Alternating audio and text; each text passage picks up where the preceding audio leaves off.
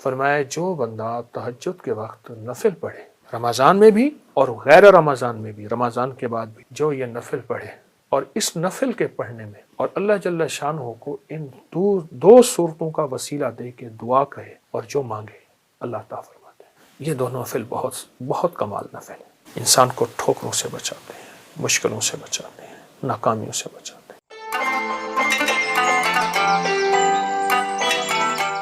روحانی طاقت اور جسمانی طاقت میں بہت زیادہ محبت اور پیار، اپنے آپ کو توجہ دی۔ محبت پیار اس لیے استعمال کیا کہ اپنی روحانیت کو بھی محبت دینی ہے، اپنے جسم کو بھی محبت دینی ہے، اور محبت احتیاط کے ساتھ ہوتی ہے، اور محبت کے لیے آپ نے اپنے جسم پہ اور اپنی روح پہ توجہ دینی ہے۔ اس کے لیے میں ایک چیز آپ کی خدمت میں عرض کروں گا۔ آپ سحری میں تو ویسے اٹھتے ہیں، 10 منٹ پہلے اٹھ جائیں، آپ تہجد کے صرف 2 نفل پڑھ لیں، بس 6 پڑھ لیں، 12 پڑھ لیں، 2 نفل پڑھ لیں۔ اچھا، اس 2 میں بہت سی نیتیں کر لیں، صلاۃ الحاجت، صلاۃ الاستغفار، صلاۃ التوبہ۔ مولا جو زندگی پہلی گزری اس پہ ندامت، جو زندگی پہلی گزری اس پہ توبہ، جو زندگی پہلی گزری اس پہ استغفار۔ تو شہنشاہ ہے، تو کریم ہے۔ تہجد تو ویسے ہے، اس کو صلاۃ الحاجت اور صلاۃ التوبہ اور صلاۃ الاستغفار۔ اچھا، اگر میں ایک عمل بتا دوں، اگر آپ صلاۃ التوبہ اور صلاۃ التہجد اور صلاۃ الاستغفار میں پہلی رکعت میں سورۃ الکافرون 11 بار، دوسری رکعت میں سورۃ قل ھو اللہ، سورۃ الاخلاص 11 بار، اللہ اکبر، بہت طاقتور عمل ہے۔ فرمایا جو بندہ تہجد کے وقت نفل پڑھے، رمضان میں بھی اور غیر رمضان میں بھی، رمضان کے بعد بھی، جو یہ نفل پڑھے اور اس نفل کے پڑھنے میں، نفل پڑھے اور اس نفل کے پڑھنے میں، یہ نفل میں سورۃ الکافرون اس میں شامل کرے، پہلی رکعت میں 11 اور سورۃ قل ھو اللہ پہلی رکعت میں 11، اور اللہ جل شانہ کو ان دو صورتوں کا وسیلہ دے کے دعا کہے اور جو مانگے اللہ تعالیٰ فرماتے ہیں۔ حتیٰ کہ یہاں تک کہہ کے فرمایا کہ یہ نیت کرے کہ یا اللہ دائیں ہاتھ میں سورۃ الکافرون اور بائیں ہاتھ میں سورۃ اخلاص کے نقش لکھے ہوئے ہیں اور لکھی ہوئی صورت، اور میں تجھے ان 2 صورتوں کا واسطہ دیتا ہوں کہ مولا میرے اندر پاکی نہیں، میرے اندر معصومیت نہیں، میرے اندر خطائیں ہی خطائیں ہیں، تو پاک ہے، تیرا کلام پاک ہے، تو مطہر طاہر ہے، اور میرا مولا تیرا کلام طاہر مطہر ہے اور پاک ہے۔ اے اللہ اس کلام کے صدقے میں مجھے یہ مراد عطا فرما، میری یہ مشکل حل فرما، میری یہ پریشانی دور فرما۔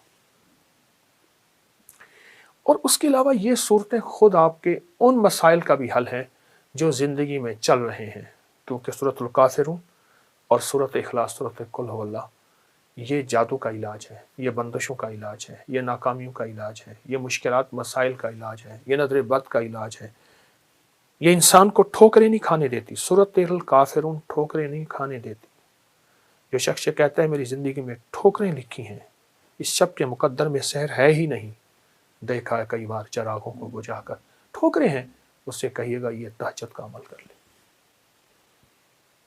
آپ کو پتہ ہے کہ آپ نے دوسرے سے چھٹے روزے تک 7 سلام کا عمل بھی کیا، کریں گے، آج بھی کریں گے، اور بہت طاقتور عمل ہے 7 سلام کا۔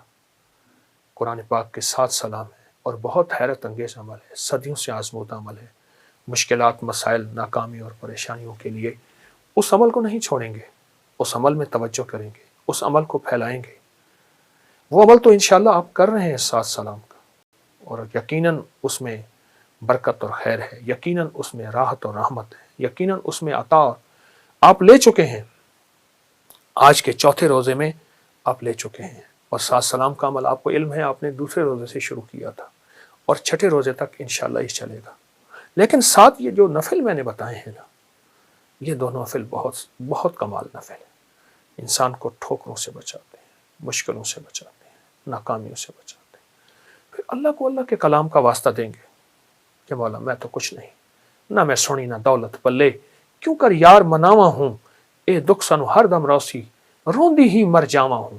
اللہ کو اللہ کی کلام کا واسطہ دیں، بڑا شہنشاہ کریم ہے، قبول کرتا ہے۔ سوچیں، رب ہو، سورۃ الکافرون، سورۃ اخلاص ہو، تہجد کا وقت ہو، نفل ہوں، سجدے ہوں، اور پھر سحری کا وقت ہو، اور رمضان کی رات ہو جس میں ہر رات میں فرشتے کہتے ہیں ہے کوئی مانگنے والا، ہے کوئی چاہنے والا، ہے کوئی لینے والا۔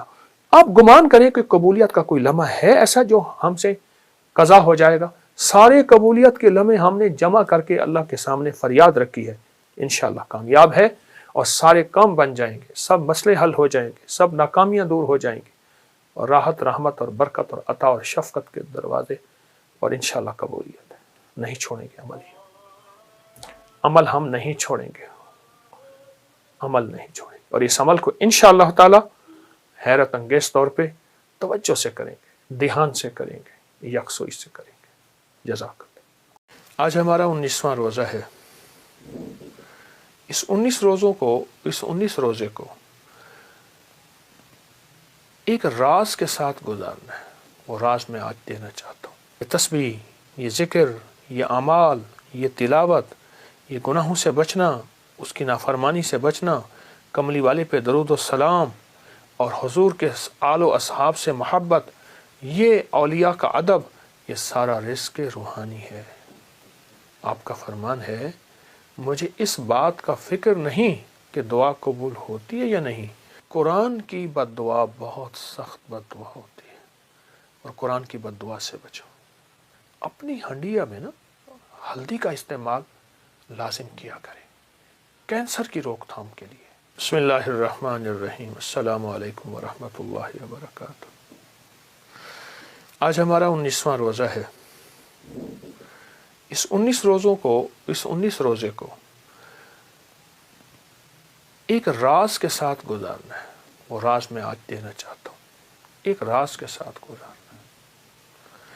اللہ سے 2 رزق مانگنے ہیں۔ اللہ رزق روحانی بھی عطا فرما، رزق جسمانی بھی عطا فرما، لیکن مجھے دسترخوان مولا وسیع چاہیے، آقا وسیع چاہیے، کریم وسیع چاہیے۔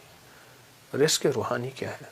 رزق جسمانی تو وافر مقدار میں ہمیں مل چکا ہے، رزق روحانی کیا ہے؟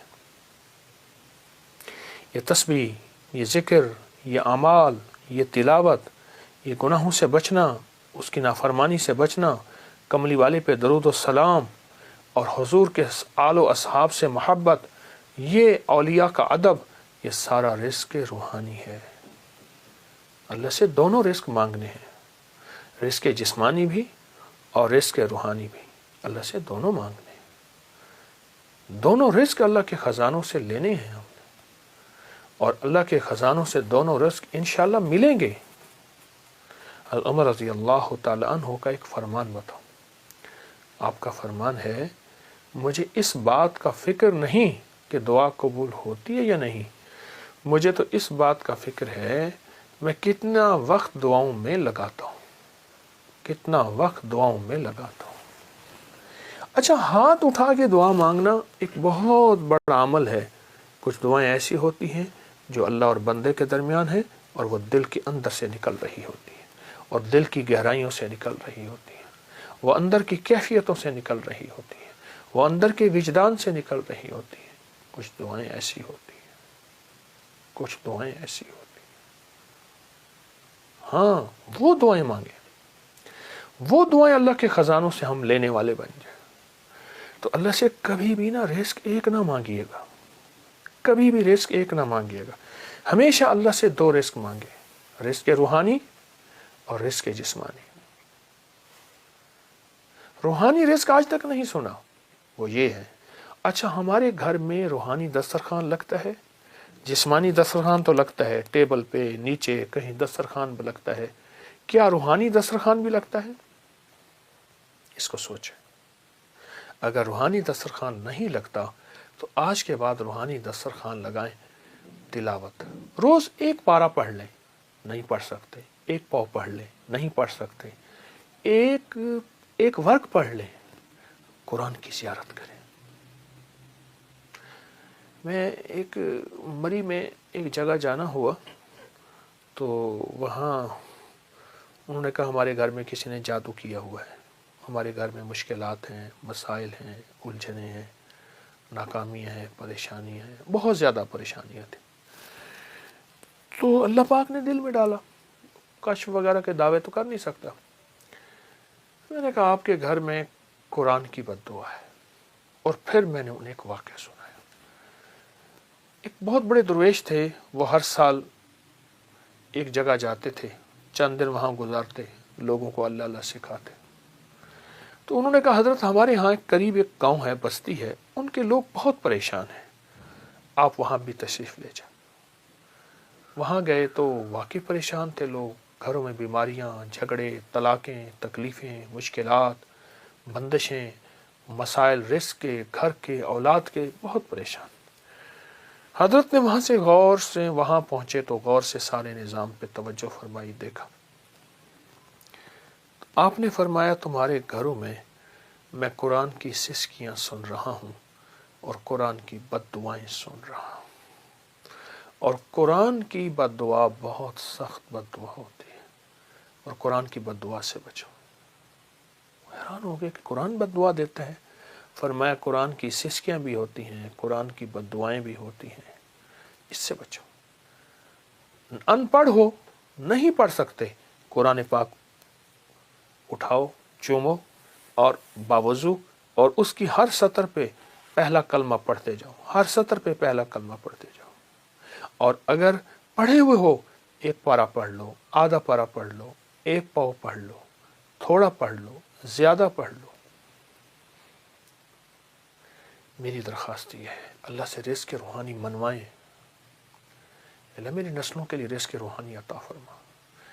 ان رمضان کی 19 رمضان کی ان معتبر، مبارک اور مقدس گھڑیوں میں اللہ سے رزق روحانی منوائیں۔ ہمیں دنیا کی کائنات کے خزانے مل گئے، رزق روحانی نہ ملا، ہم کنگلے ہیں، ہم یتیم ہیں، ہم مسکین ہیں، ہم مفلس ہیں، ہم در بدر ہیں، ہم فٹ پاتیے ہیں، ہمارے پاس کچھ نہیں ہے، اور ہمیں رزق روحانی مل گیا تو انشاءاللہ ہم کامیاب ہیں۔ آل رسول، اصحاب رسول کی زندگی میں رزق روحانی وافر تھا، رزق جسمانی کم تھا۔ بڑی بڑی اولیاء کی ہاں رزق روحانی وافر تھا، رزق جسمانی کم تھا۔ یہ ضرور اپنی زندگی میں شامل کریں، اس کا آپ کو بہت فائدہ ہوگا۔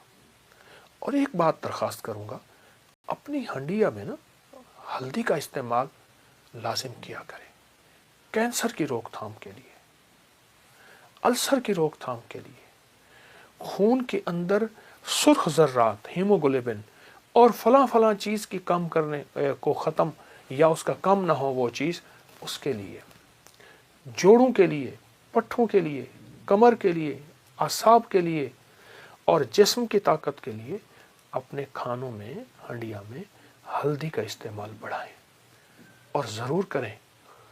رمضان میں بھی انشاءاللہ صحت مند اس لیے ہونا ہے کہ بڑھ چڑھ کے اللہ کی عبادت کرنی ہے اور اللہ کی مخلوق کی خدمت کرنی ہے۔